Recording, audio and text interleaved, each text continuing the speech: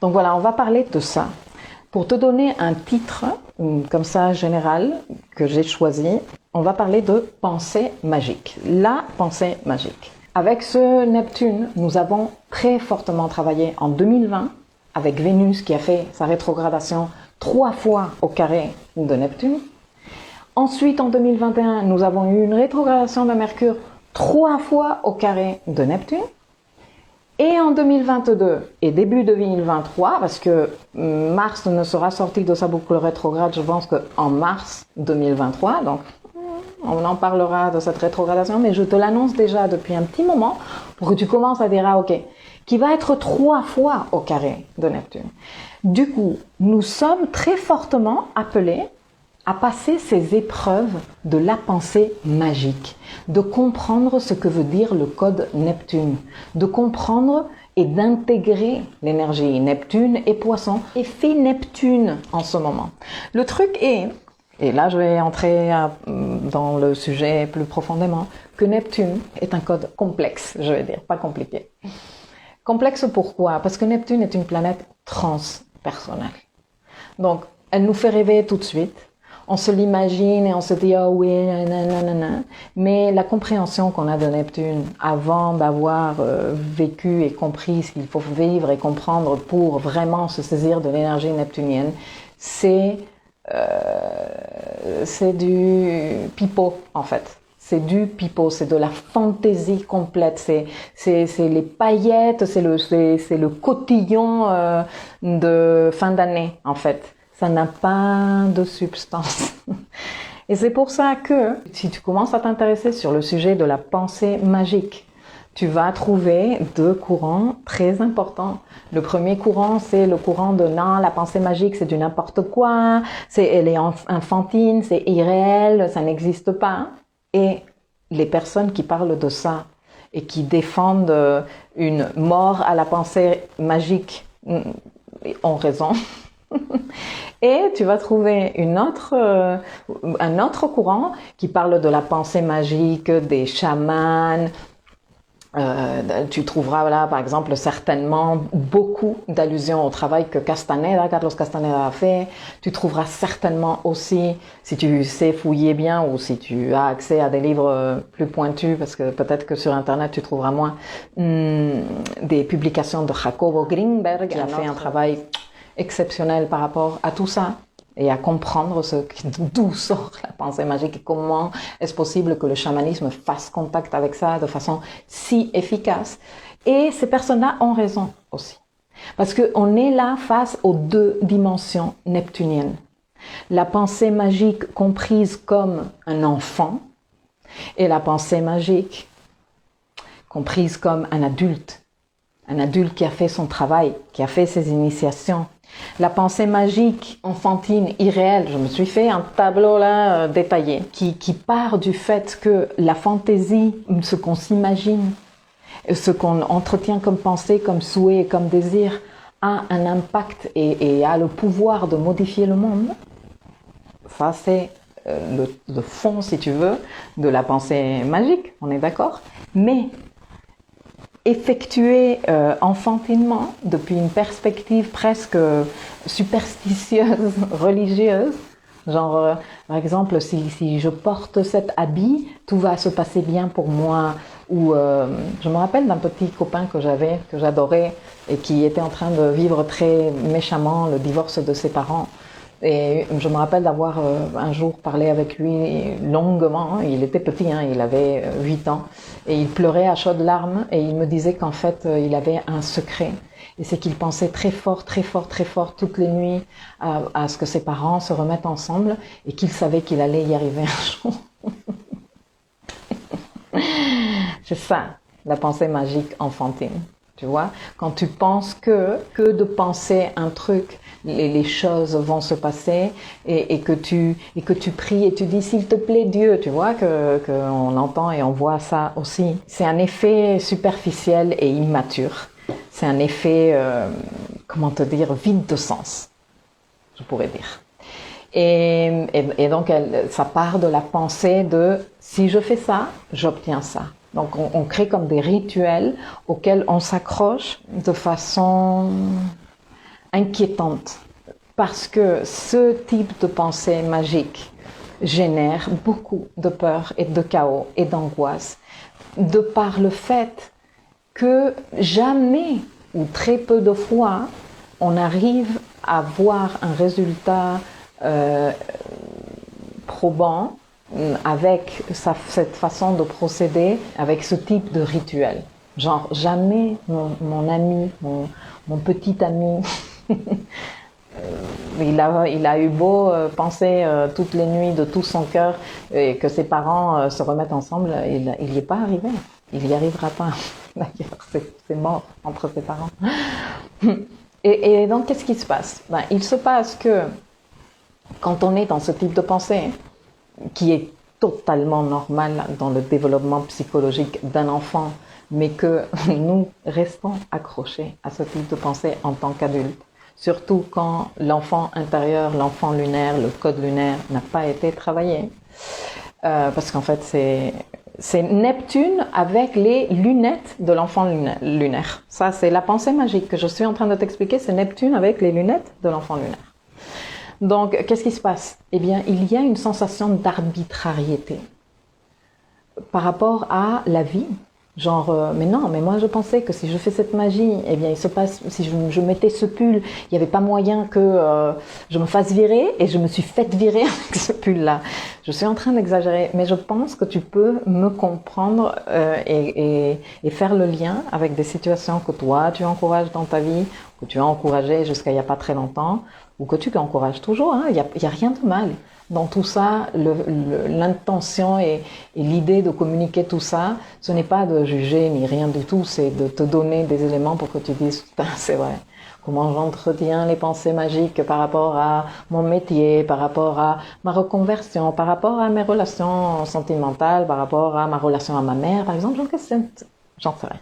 Chacun son boulot. Je vais te donner quelques codes astrologiques plus tard, mais je vais te les donner plus tard, parce que sinon tu vas pas m'écouter. Et tu vas être là en train d'essayer de dire ah ouais, est-ce que j'ai la lune là? Ah ouais, qu'est-ce que j'ai en maison telle? Et moi, ce qui m'intéresse le plus, c'est que toi tu comprennes le code de la pensée magique et comment ça s'exprime et qu'est-ce qu'on fait pour sortir de cette pensée magique chaotique qui génère une très profonde sensation d'arbitrariété et donc d'être complètement à la merci de quoi que ce soit, et comment on travaille une pensée magique de qualité. La pensée magique fait partie naturelle du développement psychique chez l'humain, étant enfant. Normalement, on la développe fortement entre les 2 et les 5 ans. Normalement, vers les 10 ans, ça devrait un tout petit peu s'estomper et elle fait un coming back dans l'adolescence.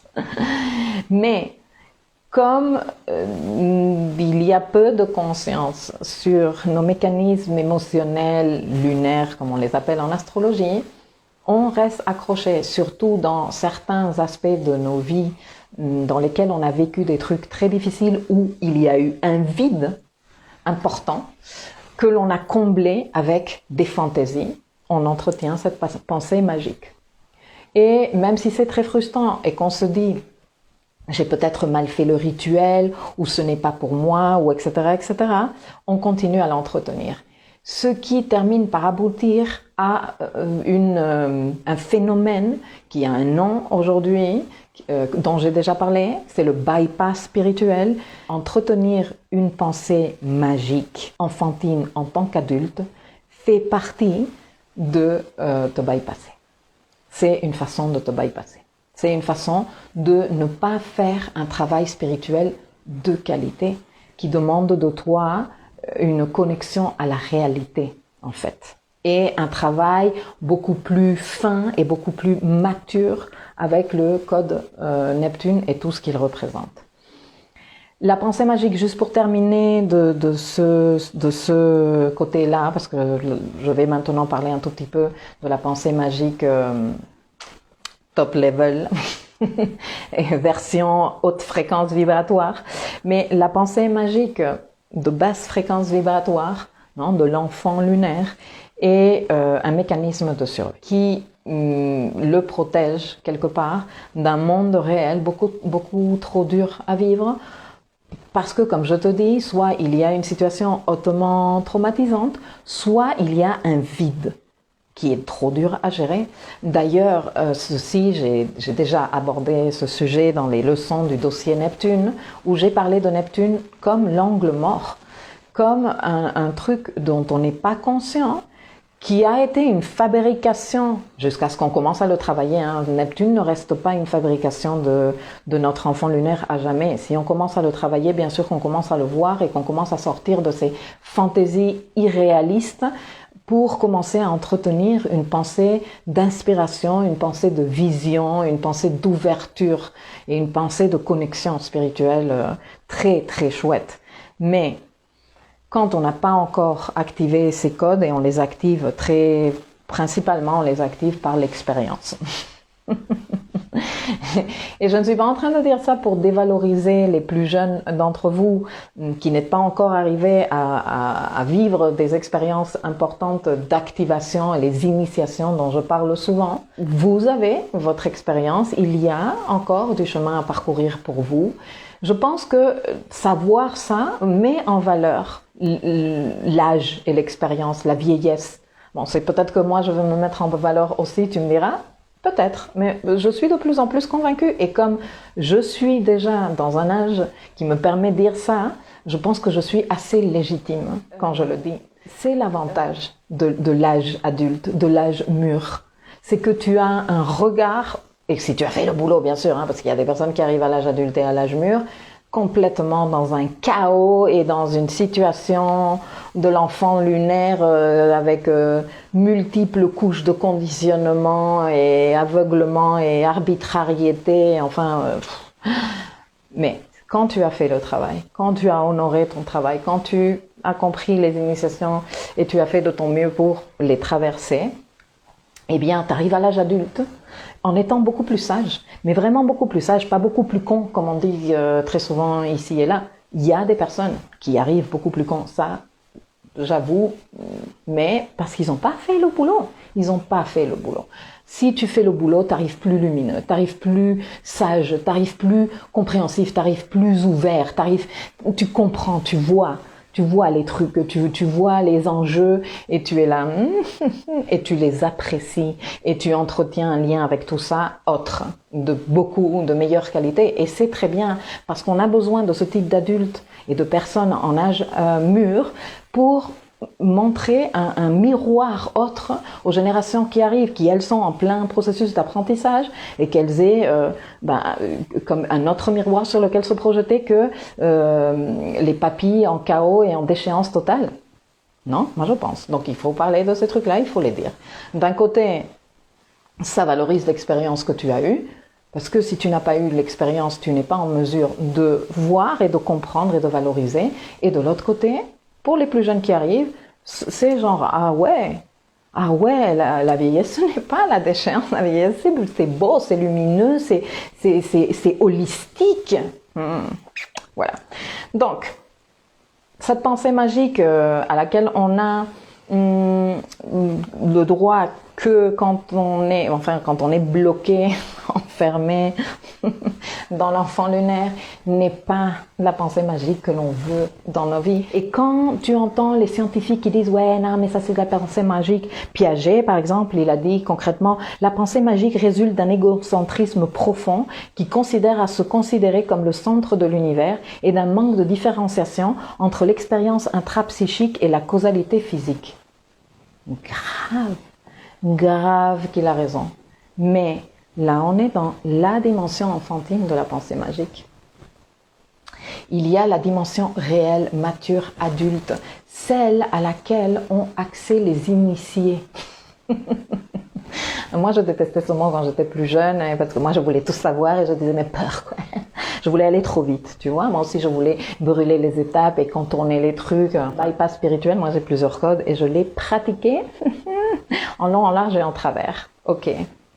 Là, on n'est plus dans la fantaisie que nos idées, nos pensées, nos souhaits, nos désirs, notre flux intérieur peut avoir un impact sur le monde extérieur. Non. Là, nous avons la connaissance, la certitude et même, pour certains, la maîtrise de ce flux de pensée lorsque nous sommes en train de créer de nouvelles réalités. Nous savons. C'est ce que les gens super forts, par exemple en sport, appellent le mental. Il est arrivé comment? Il est arrivé avec le mental. Il a fait un ultra trail de 180 km et il a commencé avec le physique. Il est arrivé avec le mental. Mais comment ça, le mental? Mais c'est la pensée magique. Oui. Haut niveau. Élévation de la pensée magique. Tout à fait. Regarde, hier, je regardais un documentaire. Je vais te le laisser linker quand je publierai ça ici parce que je le trouve inspirant à fond. Et bon, moi, ça m'a donné une pêche et ça m'a incroyable. C'est, je ne sais pas si tu as déjà entendu parler d'une course qui s'appelle, c'est un ultra trail qui s'appelle The Barclays Marathons, les marathons Barclays. Ils les disent au pluriel parce qu'il y en a plusieurs. La course est faite de plusieurs marathons, 5 boucles. Un dénivelé de presque de ouf, de taré. C'est la course la plus difficile au monde. La course la plus difficile au monde. Il y a, je pense que 10 personnes qui l'ont terminée dans leur vie. Et beaucoup de fois, cette course, elle s'est terminée parce que les seuls qui restaient, les seuls participants, genre 2 gars qui restaient là au bout de leur vie, en train d'essayer, ils n'ont pas pu aller au-delà de la 4e boucle. Genre, là, ils ont explosé en pleine boucle. Bon, on était en train de regarder, et ces témoignages, hein, parce que 10 personnes ou 15 personnes l'ont terminée, alors qu'elle existe depuis un petit moment maintenant. Elle est ultra dure. Parce qu'il n'y a ni assistance, ni médecin, ni ravitaillement. Ton seul ravitaillement, c'est quand tu finis une boucle et tu as de l'eau. Pas d'assistance médicale, pas d'autre ravitaillement, même pas prends-toi un verre de soupe chaude pour te réchauffer, non, sous la pluie, dans un climat ultra désagréable. Et ces gars-là, tu les voyais parler, enfin moi dans ce documentaire, je les voyais parler, je disais waouh, ils vont participer à cette course en sachant d'avance qu'ils ont 99% des chances de perdre, de ne pas gagner, d'abandonner dans le chemin.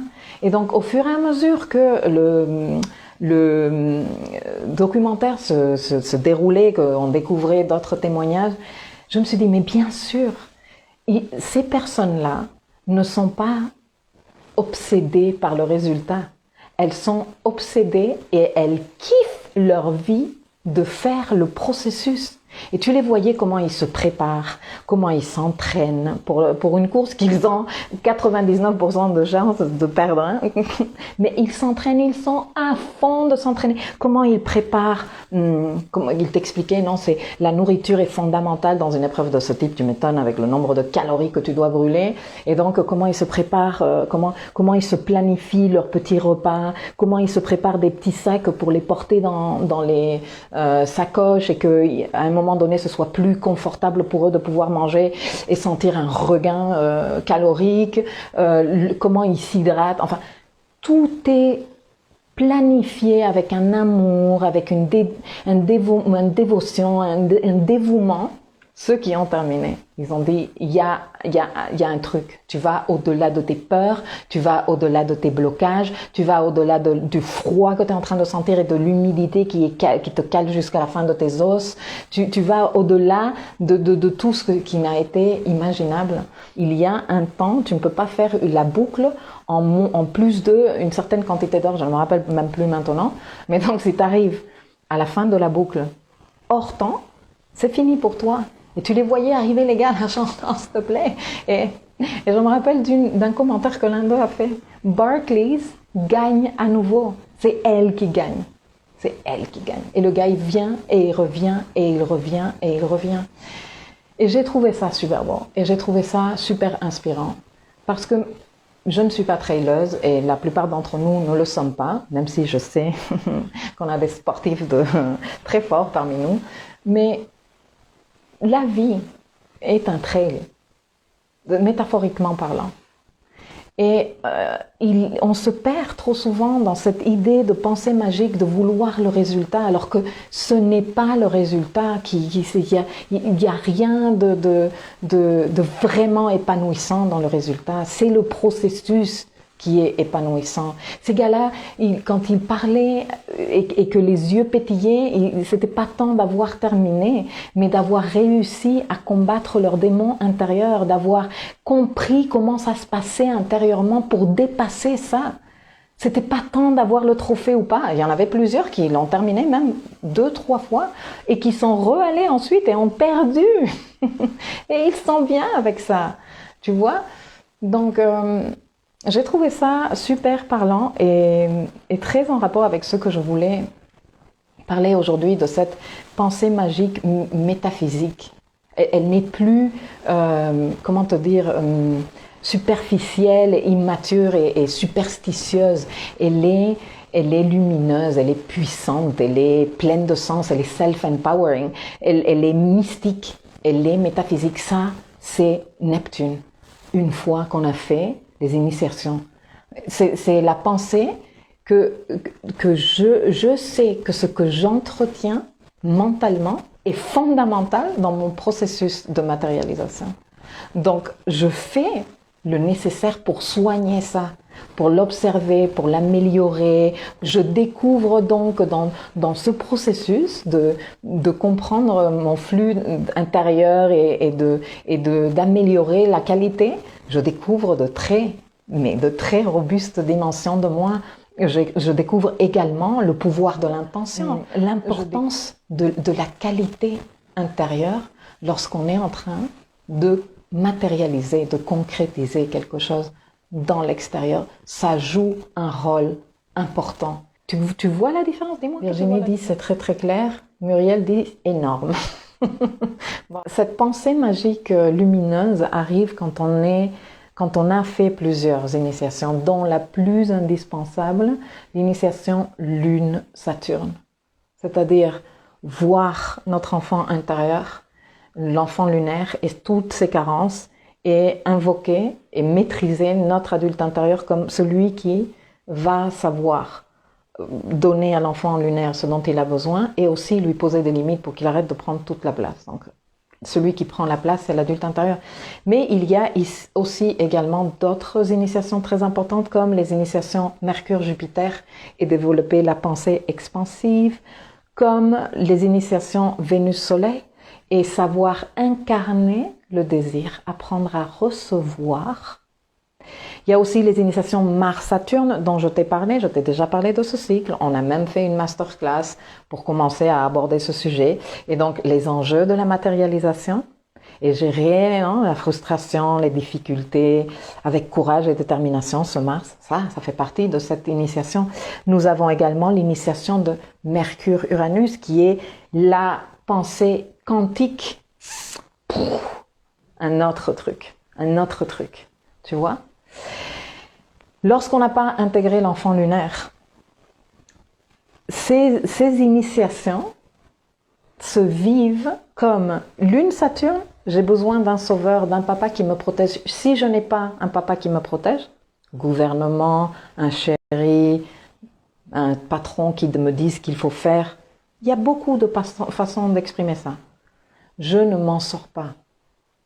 C'est ça comme ça qu'on vit ces initiations quand on n'a pas fait le travail de s'occuper de son enfant lunaire. Les initiations Mercure-Jupiter, je vis constamment dans mes fantaisies. Les initiations Vénus-Soleil, je ne fais que des caprices. Les initiations Mars-Saturne, la vie est méchante avec moi. Les initiations Mercure-Uranus, anxiété et agitation. C'est pour ça qu'il est très, très, très important de travailler son code lunaire. Parce que le code lunaire va venir déterminer comment on vit toutes ces initiations. La présence de Neptune dans ce que nous sommes en train de faire peut être en train de se jouer depuis la pensée magique enfantine, de genre non mais moi je veux juste être dans ma bulle, et si je m'imagine que quelqu'un va venir nous sauver, et si je lis quelque part qu'il y a une confédération galactique, je ne suis pas en train de dire qu'elle n'existe pas, et que c'est eux qui vont changer les choses sur Terre, et si j'imagine que mes comptes vont se faire tout seuls et mes problèmes financiers vont se régler comme par art de magie, et si je prie 17 fois à un Dieu supérieur, peut-être que ça, c'est la pensée magique enfantine, personne ne va venir nous sauver. Il n'y a pas de confédération galactique qui va venir faire le boulot pour nous. On doit le faire et l'assurer à un niveau individuel. Et quand chacun de nous, ou la grande majorité de nous, seront en train de l'assurer à un niveau individuel, il va y avoir un mouvement collectif qui va s'organiser. Il existe déjà. Il prend de plus en plus de force. Parce qu'il y a de plus en plus d'évidence là-dehors que c'est une arnaque, cette histoire Capricorne, Pluton, etc., comme je t'ai expliqué tout à l'heure. Donc en fait, cette histoire de arrêter de poursuivre les résultats, comprendre qu'il y a un processus à faire et que c'est là que tout se joue, dans le processus. Et pas vouloir prendre la voie facile, magique, parce que ça, c'est de la pensée magique à 3 balles. C'est de la pensée magique à 3 balles. Tu sais que Carlos Castaneda, qui est quand même un écrivain que moi, scientifique que moi j'adore et que j'ai fait des leçons déjà plusieurs fois sur l'espace éducatif où je vous parle de lui, je vous partage des petits extraits parce que je le trouve exceptionnel. Le travail qu'il a fait de recherche avec le chaman là, le sorcier Yaqui, exceptionnel. Je n'ai pas encore parlé de Greenberg, de Jacobo Greenberg parce que c'est un niveau encore supérieur et lui, il était vraiment dans l'approche ultra scientifique parce que toute sa formation et tout son background était scientifique. Et il a eu affaire à des situations qui lui ont explosé le cerveau. Pensée quantique. Ces personnes ont dû se confronter à des collègues, à des confrères qui méprisaient leur travail parce qu'ils n'étaient pas capables de donner une formule qui donne des résultats probants. Mais c'est scientifiques qui veulent ça, de genre, démontre-moi que ça fonctionne. Comment il fait exactement le chaman pour faire apparaître un morceau de poumon dans la main comme ça? C'est impossible. Oui, mais non, je ne peux pas te donner la formule parce que c'est toute une initiation qu'il faut faire et chacun vit ses initiations différemment. Si la pensée magique enfantine se manifeste comme, par exemple, oui, non, s'il te plaît, Dieu, que ceci se passe, que ceci se règle, que quelqu'un nous protège et nous sauve, s'il te plaît, que je trouve un autre travail, que je puisse sortir d'ici, je déteste ce travail, c'est l'horreur, même mon chien, il s'énerve, ou des trucs de ce genre, tu vois. J'ai donné déjà plusieurs exemples. La manifestation de la pensée magique de haut niveau, c'est un mental super costaud, une solidité intérieure, un charisme, le vrai, regarde, charisme, j'ai cherché la définition parce que j'ai déjà eu des discussions avec mon chéri, on a des discussions linguistiques, parce que le français n'est pas ma langue, donc on discute des trucs, et quand il m'a dit que Sarkozy et Macron avaient du charisme, j'ai presque été en PLS pendant 4 jours d'affilée. Non. Charisme, don divin, porté par certaines personnes pour le bénéfice de la communauté, qui est reconnu et remercié en même temps par la communauté. Le mot vient du grec charis, qui signifie grâce, beauté, et dans beauté, on fait entrer la sagesse, les valeurs, sympathie, bonté, et ce petit mot charis, suivi du suffixe ma, qui implique le résultat d'une action. Charisme. Cette définition a été ensuite évertuée par ceux qui cherchent leur propre bénéfice et se servent de la fausse lumière pour arriver. On trouve donc des définitions aujourd'hui dans les dictionnaires comme charisme, autorité d'un chef ressentie comme fondée sur certains dons surnaturels et reposant sur l'éloquence, la mise en scène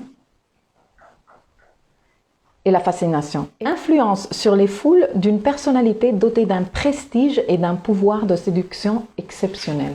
Tu m'étonnes que l'on pense que l'autre il a un charisme, mais ce n'est pas du charisme ça. Ça c'est une mise en scène. Exactement, c'est ça. C'est une mise en scène. C'est une fabrication. C'est de la fausse lumière. Ce n'est pas ça le charisme. Le charisme, c'est ce que je t'ai dit tout à l'heure. Un don divin. On a tous accès à ce don, hein, que certaines personnes font émaner en elles naturellement au bénéfice de la communauté qui, en retour, va leur donner reconnaissance et gratitude. Et tu le vois, tu vois ces personnes qui rayonnent, qui ne sont pas dans la mise en scène et qui rayonnent tellement il y a de beauté, de valeur, de cohérence, d'intégrité dans elles-mêmes. Bon, bah ça, c'est du charisme. Et ça, le charisme, c'est un des cadeaux de la pensée magique de high level. Nous avons aussi tous les autres trucs, hein, pour ceux qui veulent comme des preuves dans la réalité, les synchronicités que Carl Jung a exploré profondément. C'est une de mes autres grandes références, le langage symbolique et la capacité de le voir. Une fois que l'on a compris un symbolisme, on ne peut pas aller en arrière, on ne peut plus le voir. C'est comme les dessins en 3D là, qu'il faut que tu joues un peu avec pour arriver à voir la figure qui sort comme ça du dessin, mais une fois que tu l'as vu, tu ne peux plus ne plus la voir. Bon bah ça, c'est le langage symbolique. Et tout ce qui se passe entre la pensée et la physique quantique, genre comme quand tu es en train de penser à une personne et cette personne avec laquelle ça faisait des mois que tu ne parlais pas, et cette personne elle t'envoie un texto, ou cette personne elle t'appelle, ou tu vois, ou tu as des nouvelles de cette personne très rapidement. Ou par exemple, la relation psychosomatique entre la pensée, le corps et les émotions. Décodage biologique, je pense. Christian Flech, grande figure de ce type de médecine évoluée. Tout ça puise la technologie de cette pensée magique. De cette pensée magique. Même si la médecine old school continue à dire que non, que c'est un mensonge, que l'homéopathie, jamais ça, c'est du pipeau, c'est du sucre mélangé avec de l'eau, comment ça pourrait marcher? Ouais. Ok.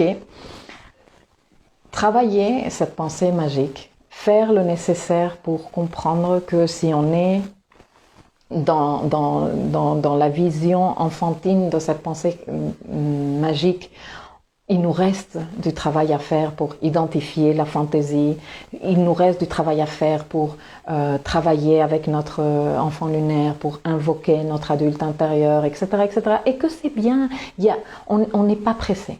Tu n'es pas obligé d'arriver avant quoi que ce soit. Tout travail que tu fasses va participer à la qualité. Ok ? Et tout travail que tu fasses va te permettre d'avancer petit peu à petit peu. Il faut juste mettre de la lumière dessus et de l'intention, de la présence, tu vois, de l'attention aussi. Maintenant, juste pour terminer de répondre à cette fille qui me disait, la pleine lune. La pleine lune, c'est voir la pourriture, la corruption, ce qui ne marche pas, les structures qu'on est en train toujours, ou que tu es toujours, hein, à un niveau individuel, mais je fais quand même une petite analogie avec la 3D dont je parlais tout à l'heure, qu'on est en train de vouloir te vendre encore ou que toi tu es en train de vouloir continuer à garder et qui ne... Non, l'achat, il faut lâcher ça. Mais toi, non, attends, parce que oui, parce que non, parce que... Oh, c'est exagéré, oula, c'est des conspirations, non, mais... Voilà, on se raconte des salades dans tous les sens. Et cette pleine lune en résonance avec Neptune qui est là dans développons la pensée magique, mais développons la bonne pensée magique. Développons une pensée magique élevée, pas une pensée magique d'enfant lunaire. Tu vois? Et c'est grâce à cette pensée magique que nous pouvons d'un côté lâcher ces structures qui ne servent carrément plus et commencer à construire en même temps les bonnes. Parce que ce n'est pas en faisant la guerre à celles qui ne marchent plus que l'on va arriver bien loin, même si ça sort de nous naturellement et c'est très bien, allez vas-y si tu veux faire un peu la guerre.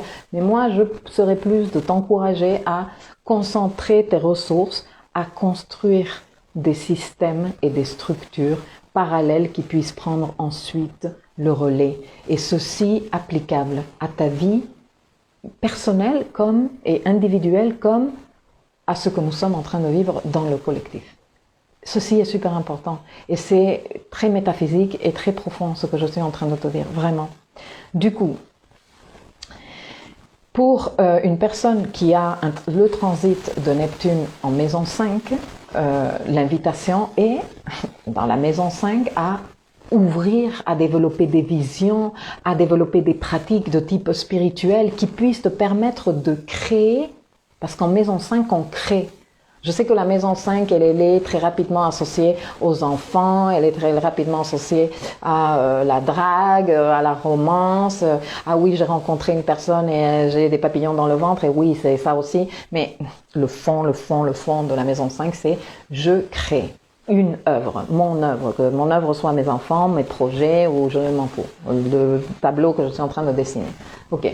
Et en créant mon œuvre, je m'épanouis, je me découvre, je me kiffe. Ok. Bon. Il y a cette ouverture. Et pour cette fille, cette invitation à, ici, il est important de développer la pensée magique. Mais attention, que si tu as ton code lunaire immature encore, tu peux être en train d'entretenir une pensée magique enfantine. Observez, ok.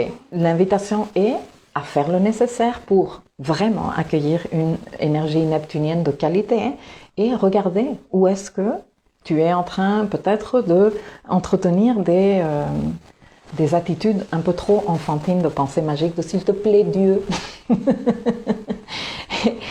Et de l'autre côté, je ne sais pas, je m'imagine, parce qu'elle ne me l'a pas précisé, si tu as Poisson en 5 et que tu es en train d'avoir le transit de Neptune en 5, il y a de fortes chances que Capricorne et ton dossier Capricorne soient en maison 3. Et c'est super intéressant parce que en maison 3, Capricorne, ça veut dire une mentalité clac, clac, clac, c'est comme ça que ça doit se passer, nanana, nanana.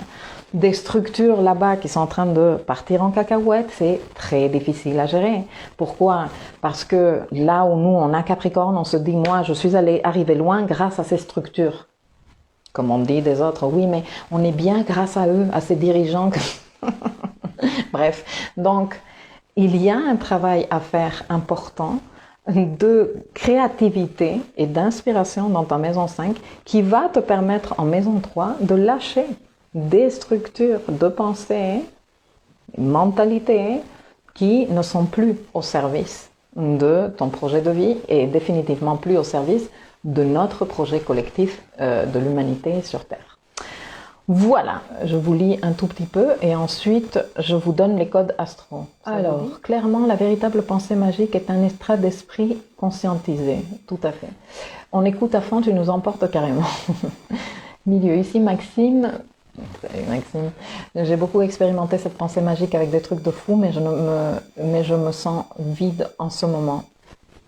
Ben parce qu'il manque un travail là d'adulteté, certainement, et de donner sens. Parce que une des caractéristiques, je l'ai noté ici, hein, une des caractéristiques de la pensée magique enfantine, en plus de superficielle, immature et enfantine, c'est qu'elle est vide de sens.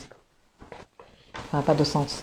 Ça peut être très ouf et ça peut même t'éblouir par moments, hein, ça fait partie du truc, mais il faut travailler le sens. J'ai pratiqué les leçons de Don Juan avec des expériences incroyables, oui, mais la substance derrière, il faut la travailler également. Bon, le soleil arrive, ça fait du bien parce qu'on avait trop froid et il a flotté toute la matinée. Muriel, yes, et c'est fatigant les lumières en plastique. Lavons-nous les yeux, exactement. Oui, et c'est exactement ça. Maison 5 en Poisson, maison 3 en Capricorne. Ah ben voilà. J'espère que ce que je t'ai dit te sert. Maxime qui dit, oui, c'est vrai, je suis en perte de sens. Ben, très bien. Ben, invocation de l'adulte intérieur, travail avec l'enfant lunaire, apprendre à identifier ses besoins, apprendre à satisfaire ses besoins, les assumer, etc., etc. C'est super important. Bon, je ne sais pas si j'arrête ici parce que j'ai un rendez-vous dans 10 minutes et je ne sais pas si je vais avoir le temps de vous donner les codes astro. Je vais le faire en capsule supplémentaire. Ça vous va? Écoutez, considérez tout ça, réfléchissez à tout ça, ou commencez à faire contact avec ça, avec une pensée magique d'une autre qualité. Sortir de cette, de cet enfant qui se dit que voilà, s'il pense fort, il va réussir à changer les choses. Ce n'est pas comme ça que ça se passe. Et renoncer aussi à l'urgence de résultats. Vous dire qu'en fait, ce qui est chouette, c'est que nous sommes ici en train de vivre des transits de tarés. Des trucs exceptionnels et que tu vas pas les lire dans un livre d'histoire ou de je sais pas quoi. Tu es en train de les vivre à la première personne. Et ça, je trouve ça exceptionnellement merveilleux. Bon, bisous, bisous. Merci de m'avoir accompagné. À très vite.